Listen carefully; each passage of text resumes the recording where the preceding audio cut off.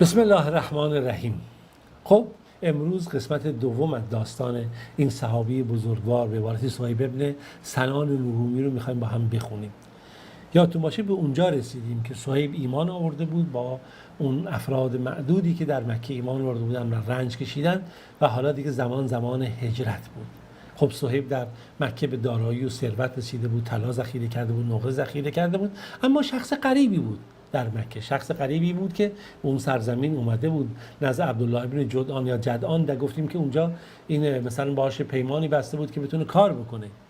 حالا که اهل مکه فهمیدن صهیب میخواد هجرت بکنه، خب کاملا نگهبان براش گذاشته بودن، مواظب بودن که این فرار نکنه. هر کسی شرایط هجرتش با دیگری فرق میکرد.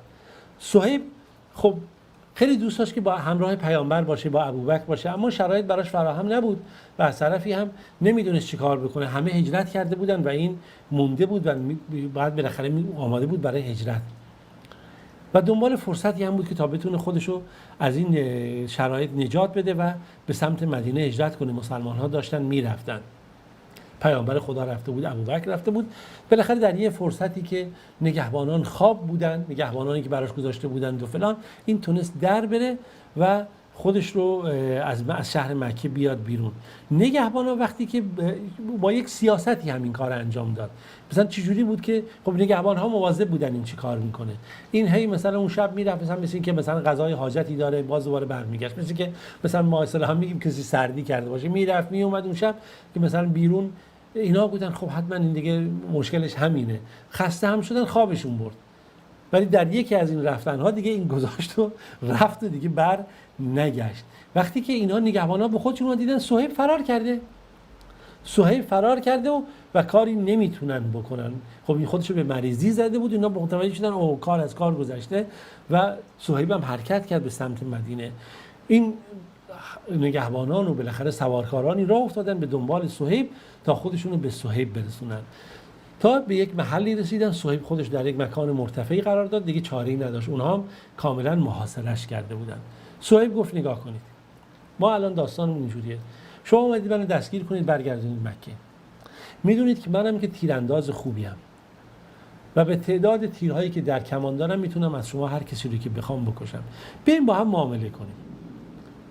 اونا گفتن داستان چی بوده؟ خب ما که نمیذاریم تو بری، تو بالاخره اومدی بین ما فقیر و گرسنه، غریب و تنها در شهر مکه بین ما زندگی کردی، تجارت کردی، حالا پولدار شدی، ما چطوری میذاریم تو بری؟ بعدم به همین راحتی گفت نه، بیا با هم یه معامله‌ای بکنیم. اگر من قرار باشه شما با هم به جنگ برسه، من به جای هر تیری که دارم یه نفر از شما رو خواهم کشت، تیرام هم تموم بشه، شمشیر میکشم، با هم میجنگیم، بالاخره تا یک دست من برسه از شما خواهم کشت و اینجا سودی برای من شما نخواهد داشت. اونا گفتن خب تو به آدم گرسنه‌ای بودی، فقیری بودی، به این سرزمین اومدی، ما چطوری میتونیم تو رو ول کنیم؟ گفت بیا یه کار بکنیم، من بهتون میگم طلا و نقره داراییم کجا پنهان کردم در مکه، شما هم در عوض به من اجازه بدید که من برم، با هم معامله میکنیم. غیر این صورت بالاخره ما باید وارد یک جنگ با هم دیگه بشیم و اون هم میدونستن که صهیب تیرانداز خیلی خوبی هست. گفتن باشه توافق میکنیم، حالا که اینجوری ما توافق میکنیم روی این مبحث داراییتون. گفت من در فلان جا در مکه طلا و نقره هامو گذاشتم و دارایی من هست، برید اونجا کسی ببینید، اگه درست بود دیگه قرارداد بود دیگه، میگم یه جوانمردی بالاخره بین عرب جاهلی وجود داشت، بعد اجازه بدید من برم. کسی رو فرستادن، رفتن دیدن بله طلا و جواهرات همونجا وجود داره و بالاخره اینها اومدند و خبر داد بله من پیدا کردیم طلا و جواهرات دارایی اون رو و خب بذاریم بره. و این دست خالی و تنها به سمت مدینه هجرت کرد تا اینکه تونست بالاخره این مسیر طولانی رو طی کرد، تک و تنها به قبا رسید. وقتی پیامبر خدا صلی الله علیه و سلم ایشون رو دید خوشحال شد، ایشون رو در آغوش گرفت، شروع کرد بوسیدن و خوشو بش کردن و پیامبر گفت که تو عجب معامله سودمندی کردی ابو یحیی، عجب معامله سودمندی کردی. 3 بار پیامبر این رو بهش تکرار کرد و چهره صهیب خیلی خوشحال شد و شادمان شد از این جریان که پیامبر خدا صلی الله علیه و سلم چی میگه. گویا یا رسول الله من میدونم کسی جز جبرئیل به شما این خبر رو نداده که چه اتفاقی افتاده. بله واقعا این ابو یحیی یا صهیب ابن سنان رومی تجارت موفقی داشت که وحی از آسمان نازل شد در این ارتباط که گفتم تا قیام قیامت این وحی در فضیلت ایشون وجود داره که آیات قرآن با این مضمون اومد و من الناس من یشری نفسه ابتغاء مرضات الله. از بین مردم کسانی هست، از میان مردم کسی است که جان خودش رو میفروشه به خاطر رضای خدا. خوب دقت کنید، یه معامله ای میکنه و خداوند به بنده های خودش از هر کسی آگاهتر و بیناتر هست. یعنی این عمل صهیب رو که به خاطر دین خدا مال و دارایی خودش رو داد و تونست این کار رو بکنه، خداوند این آیه رو نازل کرد در شأن ایشون. حالا نکته رو داشته باشید خیلی مهمه، این صهیب ابن سنان شخصیتیه که در نوع خودش کاملا بی‌نظیر است. نقل شده که ایشون بسیار بخشنده بود، انسان بخشنده و بزرگواری بود که اصلا حد و حسابی نداشت و خب در زمان عمر به هر کسی از بیت المال حقوقی داده میشد. اون حقوقی که این میگرفت، این حقوق خودشو بین محتاجها و فقرا تقسیم میکرد و به اونها میداد و عجیب بودنی واقعا این حالت. یه روزی بالاخره عمر اومد پیشش گفتش که تو چی کار داری میکنی؟ فکر نمی کنی در این انفاقی که داری انجام میدی، کمکی که به فقرا و مساکین و اسرا و اینا میکنی، افراط داری میکنی، زیاده روی میکنی؟ گفت نیا کنید، من از پیامبر خدا صلی الله علیه و سلم شنیدم که بهترین شما اونی که به مردم غذا بده، بهترین شما کسی که جواب سلام مردم رو بده و من دوست دارم از این فضیلت استفاده بکنم. این نمونه ای از بخشش و کرامت و بزرگواری صهیب ابن سنان هست. و از همه اینا مهمتر، صهیب ابن سنان از زمانی هم که هجرت کرد به مدینه باز هم همراه پیامبر بود. در همه غزوات و سرایا ایشون سعی کرد همراه پیامبر باشه، یا سمت راست پیامبر بود یا سمت چپ، و در هیچ شرایطی پیامبر خدا رو رها نکرد تا زمانی که پیامبر خدا از این دنیا رفت. نکته‌ای که خیلی وجود داره که واقعا باید بهش اهمیت داد، نوع نگاه، رفتار و محبتی که بین ایشون و پیامبر خدا صلی الله علیه و سلم وجود داره. یک داستانی است که خیلی لطیف و شیرینه که بد نیست این داستان رو با هم بشنویم، خیلی قابل تأمله.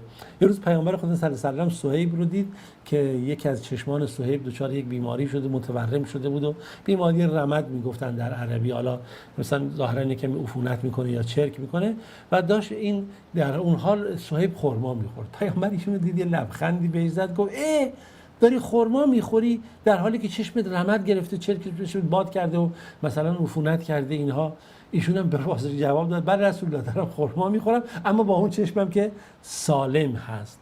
و این ببینید این ظرافت و این لطافت و این محبت که خوش به حال یاران پیامبر که از این فرصت میتونستن استفاده بکنن و خداوند واقعا چنین فرصتی رو برای اینها فراهم کرده بود. و روایاتی که صهیب از پیامبر خدا صلی الله علیه و سلم داره، یه روایتی از خیلی جالبه که با هم بدونیم که ایشون از پیامبر نقل میکنه، میگه وقتی که بهشتیان وارد بهشت میشن خدا بهشون میگه آیا میخوای چیزی بیشتری به شما بدم؟ بعد بهشتیان میگن یا خدا شما چهره ما رو سفید کردید، آیا ما رو وارد بهشت کردید، ما رو از آتش نجات دادید، دیگه ما چی میخوایم؟ در این موقع خداوند میگه که از چهره خودش، از وجوه خودش، از اون ذات خودش حجاب بر میداره و بیشترین لذتی که بهشتیان میبرن از نگاه به الله رب العالمین در بهشت هست. هرچند که نمیتونن درک بکنن اما اون زیبایی و چیزی که الله نقل میکنه، در پیامبر نقل میکنه، در این حدیث مسلمانان میبینن. قرآن میگه وجوههم یومئذ ناظره الی ربها ناظره، یعنی بهشتیان نگاه میکنن و سیراب میشن از تماشای الله رب العالمین. روایتی مثلا از صهیب ابن سنان نقل شده، صهیب ابن سنان رومی که میگه پیامبر خدا صلی الله علیه و سلم گفت من تو کار مؤمنان در تعجبم، همه کارشون خیره، وقتی که بهشون مصیبتی میرسه صبر میکنن، به خاطر این خداوند بهشون پاداش میده، وقتی که بهشون سختی با شادمانی میرسه، نعمتی میرسه، باز شکرگزارن، باز هم خدا بهشون پاداش و خیر میده.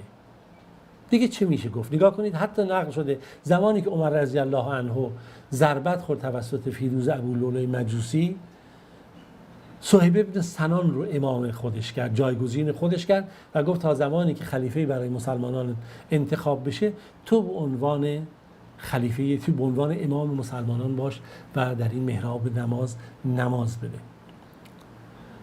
در هر صورت صهیب ابن سنان یکی از یاران برگزیده رسول خدا صلی الله علیه و سلم بود، شخصیتی بود که تا باش تاریخ از اون نقل خواهد کرد و گفتیم آیه قرآنی که در فضیلت ایشون نازل شد و این نگاه سخاوتمندانه ایشون و این نگاه خاصی که خداوند در یاران و شاگردان ایشون قرار داده بود قابل اهمیت است. تا در جلسه دیگه درس دیگه از یاران پیامبر شما عزیزان رو به خدای بزرگ میسپارم. خداوند یار و نگهدارتون.